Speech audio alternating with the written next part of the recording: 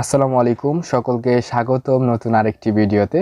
আজকে আমরা ভার্বালস নিয়ে আলোচনা করব। ভার্বালসের ইনফিনিটিভের আজকের বিস্তারিত ব্যবহার এই ভিডিওতে আমরা জানতে যাচ্ছি। ভার্বালস তিন প্রকার হয়ে থাকে: ইনফিনিটিভ, পার্টিসিপল এবং জেরান্ড। তার মধ্যে আজকের এই প্রথম ভিডিওতে আমরা ইনফিনিটিভ সম্পর্কে বিস্তারিত জানব। যারা ইনফিনিটিভ জানেন না অথবা অনেকে মনে করে থাকেন টু প্লাস ভার্বের সাথে বেস ফর্ম বসলে সেটা ইনফিনিটিভ, এটা একটা নিয়ম। বাট টু প্লাস ভার্বের সাথে বেস ফর্ম অর্থাৎ V1 বসলেই যে সেটা ইনফিনিটিভ হবে, এটা একমাত্র নিয়ম নয়। ইনফিনিটিভ বিভিন্ন ধরনের ক্লাসিফিকেশন রয়েছে, অর্থাৎ শ্রেণী বিভাগ রয়েছে। আজকের এই ভিডিওতে আমরা সেই বিষয়গুলো বিস্তারিত আলোচনা করব। তাহলে প্রথমে আমরা জেনে নিই ইনফিনিটিভের সংজ্ঞাটা কি। ইনফিনিটিভ হলো এক প্রকার নন ফাইনাইট ভার্ব যা টু প্লাস ভার্ব যুগে গঠিত, অর্থাৎ টু প্লাস ভার্বের বেস ফর্মে গঠিত হয়ে থাকে। এখন যারা নন ফাইনাইট জানেন না, যদি জানতে আগ্রহী হয় এই বিষয়ে আমি অবশ্যই পরবর্তীতে ভিডিও করব, এটা অবশ্যই কমেন্টে জানাবেন। তাহলে টু প্লাস ভার্বের বেস ফর্মে গঠিত হয়ে থাকে ইনফিনিটিভ। যেমন টু ইর ইজ হিউম্যান, অর্থাৎ এটা একটা প্রবাদ যার অর্থ হলো মানুষ মাত্রই ভুল। টু ইর এটা হলো একটা ইনফিনিটিভ, ইর হলো একটা বেস ফর্ম। অথবা he wants to buy a shirt, সে একটি শার্ট কিনতে চায়। যেরকম টু বাই কিনতে চায়, কি কিনতে চায়? শার্ট কিনতে চায়। এখানে টু প্লাস বাই হলো একটা ইনফিনিটিভ। তো এখন আসুন ক্লাসিফিকেশন অফ ইনফিনিটিভস, অর্থাৎ ইনফিনিটিভসের শ্রেণীবিভাগ নিয়ে আমরা আজকে আলোচনা করব। ইনফিনিটিভ মূলত 5 প্রকার। প্রথম, সিম্পল বা নাউন ইনফিনিটিভ। দ্বিতীয়, জেরান্ডিয়াল বা কোয়ালিফাইং ইনফিনিটিভ। তৃতীয়, পারফেক্ট ইনফিনিটিভ। চতুর্থ, স্প্লিট ইনফিনিটিভ। এবং পঞ্চম, বেয়ার ইনফিনিটিভ। এখন এই 5 প্রকার এর উদাহরণ সংজ্ঞা সহ আমরা আলোচনা করব বিস্তারিত। প্রথমে আমরা আলোচনা করব সিম্পল বা নাউন ইনফিনিটিভ। সিম্পল বা নাউন ইনফিনিটিভ সংজ্ঞাটি হলো সেন্টেন্সে ব্যবহৃত ইনফিনিটিভ যখন নাউনের কাজ করে তখন ওই ইনফিনিটিভকে নাউন ইনফিনিটিভ বলে। অর্থাৎ একটা নাউন থাকবে, ইনফিনিটিভ থাকবে, যে ইনফিনিটিভটা নাউন হিসেবে সর্বদাই কাজ করবে। যদি উদাহরণ নিই তাহলে খুব সহজে বুঝতে পারবেন।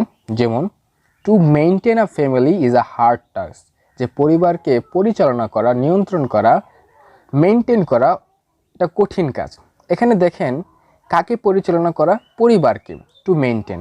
আমরা জানি বাক্যের সাবজেক্ট হিসেবে নাউন অথবা প্রোনাউন ব্যবহার হয়, আর যেহেতু এখানে নাউন চেয়েছে তাই এখানে টু মেইনটেন এই ইনফিনিটিভটা নাউন হিসেবে কার্যকর ব্যবহৃত হয়েছে। আরেকটা যদি উদাহরণ নেই তাহলে খুব সহজে বুঝতে পারবেন। যেমন it is a great sin to tell a lie, যে সে মিথ্যা বলা মহাপাপ। তাহলে এখানে কি বলা মহাপাপ? মিথ্যা বলা। এই টু টেল এটা একটা ইনফিনিটিভ হিসেবে কাজ করেছে, যেটা নাউন ইনফিনিটিভ হিসেবে ব্যবহার করা হয়ে থাকে। দ্বিতীয়তে আমরা আসবো জেরান্ডিয়াল বা কোয়ালিফাইং ইনফিনিটিভ। এখন জেরান্ডিয়াল বা কোয়ালিফাইং ইনফিনিটিভ বলতে কি বোঝায়? ইনফিনিটিভ যখন কোনো কাজের উদ্দেশ্য, কারণ, শর্ত ও ফলাফল প্রকাশ করে এবং অ্যাডভার্ব ও অ্যাডজেক্টিভের ন্যায় আচরণ করে তখন তাকে জেরান্ডিয়াল বা কোয়ালিফাইং ইনফিনিটিভ বলা হয়ে থাকে। অর্থাৎ এই ইনফিনিটিভটা কোনো কারণ, কোনো কাজের একটা উদ্দেশ্য, কারণ, শর্ত প্রকাশ করবে, সেটাই জেরান্ডিয়াল বা কোয়ালিফাইং ইনফিনিটিভ হিসেবে গণ্য হবে। যেমন I was happy to find the book, যে আমি বইটা খুঁজে পেয়ে খুশি ছিলাম। যখন কারণটা কি, কেন খুশি ছিলাম? বইটা খুঁজে পেয়ে, এই জন্য আমি খুশি ছিলাম। অথবা I went there to see him, আমি সেখানে তাকে দেখতে গিয়েছিলাম। প্রশ্ন হতে পারে আমি সেখানে কেন গিয়েছিলাম? তাকে দেখতে গিয়েছিলাম। তাহলে একটা দেখার উদ্দেশ্যে আমি তাকে সেখানে গিয়েছিলাম। অথবা উদ্দেশ্য কারণ বোঝালে জেরান্ডিয়াল বা কোয়ালিফাইং ইনফিনিটিভ বলা হয়ে থাকে। এখানে কিছু ভার্ব রয়েছে, যে ভার্বগুলোর পরে সবসময় জেরান্ডিয়াল ইনফিনিটিভ ব্যবহার হয়ে থাকে। যেমন decide, desire, expect, forget, refuse, hope, neglect, offer, promise, want, wish. আমরা সকলে এর অর্থগুলো জানি, এগুলো আপনি মুখস্থ করে নেবেন। এই ভার্বের পর আরেকটা ভার্ব আসলে সেটা অবশ্যই জেরান্ডিয়াল ইনফিনিটিভ হিসেবে গণ্য হবে। যদি উদাহরণ আনি তাহলে খুব সহজেই বুঝতে পারবেন। যেমন হি হ্যাজ ডিসাইডেড, সে সিদ্ধান্ত নিয়েছে to leave Dhaka forever, যে চিরকালের জন্য ঢাকা ছেড়ে যাওয়ার সে সিদ্ধান্ত নিয়েছে। অর্থাৎ উপরের যে ভার্বগুলো রয়েছে এই ভার্বগুলোর পরে আরও একটি যদি ভার্ব হয় তাহলে সেই ভার্বটি জেনারেল ইনফিনিটিভ হিসেবে ব্যবহার হয়ে থাকবে। এখন আমরা ইনফিনিটিভের 3 নম্বর নিয়ম নিয়ে আলোচনা করব, যাকে বলা হয় পারফেক্ট ইনফিনিটিভ। পারফেক্ট ইনফিনিটিভের সংজ্ঞাটি হলো কোনো কাজ সম্পূর্ণ হয়ে যাওয়ার পরে সেই কাজ সম্পর্কে মন্তব্য প্রকাশ করতে পারফেক্ট ইনফিনিটিভ ব্যবহার করা হয়। অর্থাৎ পারফেক্ট ইনফিনিটিভের স্ট্রাকচারটা হয়ে থাকে টু প্লাস হ্যাভ প্লাস ভার্বের পাস্ট পার্টিসিপল অর্থাৎ V3। যেমন আমরা প্রেজেন্ট পারফেক্টে পড়েছিলাম যে subject plus have plus V3, ঠিক একরকমই পারফেক্ট ইনফিনিটিভটা একই নিয়মে ব্যবহার হয়ে থাকে। যদি উদাহরণ আনি তাহলে খুব সহজেই বুঝতে পারবেন। যেমন আই এম প্লিজড, আমি খুবই সন্তুষ্ট আনন্দিত, টু হ্যাভ মেট ইউ, তোমার সাথে সাক্ষাৎ করে। অথবা I am sorry to have annoyed you, আমি তোমাকে বিরক্ত করায় দুঃখিত। এখানে লক্ষ্য করলে আমরা দেখতে পাবো টু হ্যাভ মেট এবং টু হ্যাভ অ্যানয়েন্ট অর্থাৎ পারফেক্ট ইনফিনিটিভ এখানে ব্যবহার হয়েছে। টু এর পরে হ্যাভ এবং হ্যাভের পরে যে ভার্বটি বসেছে সে ভার্বটি অবশ্যই ভার্বের B3 অর্থাৎ পাস্ট পার্টিসিপল ফর্ম ব্যবহার হয়ে বসেছে। এটা হলো আমাদের পারফেক্ট ইনফিনিটিভ। এখন আমরা আলোচনা করব স্প্লিট ইনফিনিটিভ নিয়ে। স্প্লিট ইনফিনিটিভ বলতে কি বোঝায়?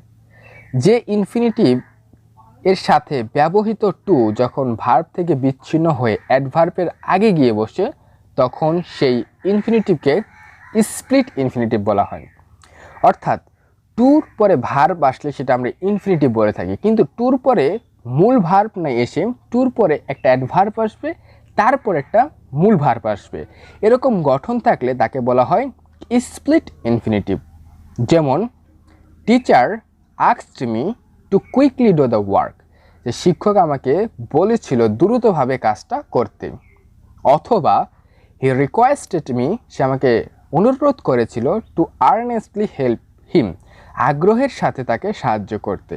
দুটি বাক্যে খেয়াল করে দেখবেন কুইকলি এবং আর্নেস্টলি পরে মেন ভার্ব ডো এবং হেল্প, কিন্তু হিসাব অনুযায়ী এখানে টু পরে ডো, টুর পরে হেল্প আসার কথা ছিল, কিন্তু এখানে মেন ভার্বের আগে অ্যাডভার্ব ব্যবহার করা হয়েছে, তাই এখানে স্প্লিট ইনফিনিটিভ হিসেবে গণ্য হয়েছে।